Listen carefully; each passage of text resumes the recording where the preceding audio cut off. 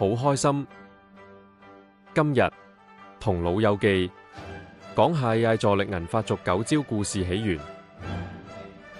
我哋細個嗰陣時，好多人都睇過一套經典嘅戲，叫做《如來神掌》。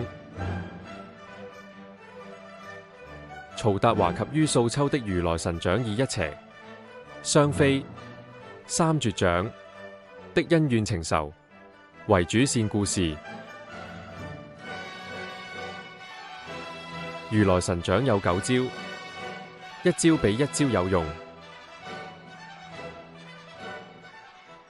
咁我就諗，不如 AI 做，都整返一套銀髮族嘅 AI 9招啦。AI 助力銀髮族9招，其實係一套組合拳，係將銀髮族老友記、AI、健康管理、學習同澳洲幸福愉快生活連成一體。每一招係幫老友記活得更健康，學得更輕鬆，生活更方便，日子更有趣味。第一招，影相問 AI， 影張相就可以問 AI。第二招，圖像 AI 幫你創作圖片。第三招，開口問 AI， 開口講 AI 即刻答你。第四招，識問 AI， 識問先係高手。第五招，健康問 AI， 睇醫生前後都幫到你。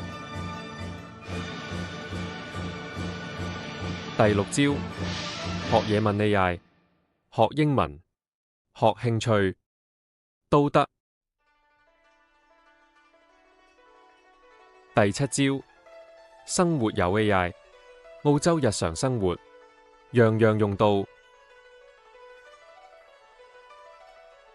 第八招，防騙問 AI， 識破騙局，保護自己。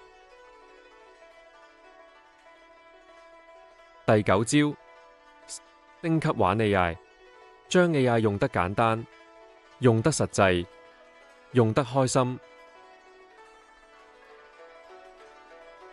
AI 助力銀髮族9招合埋，就係一套幫銀髮族提升生活質素嘅組合拳。AI 唔係主角，老友記自己先係主角，這先至係 AI 9招真正精神。9式合一，就是銀髮族的 AI 家生活之道。AI 做希望，這助力銀髮族9招，能夠幫到老友記喺澳洲生活得更加輕鬆，更加精彩。Thank you。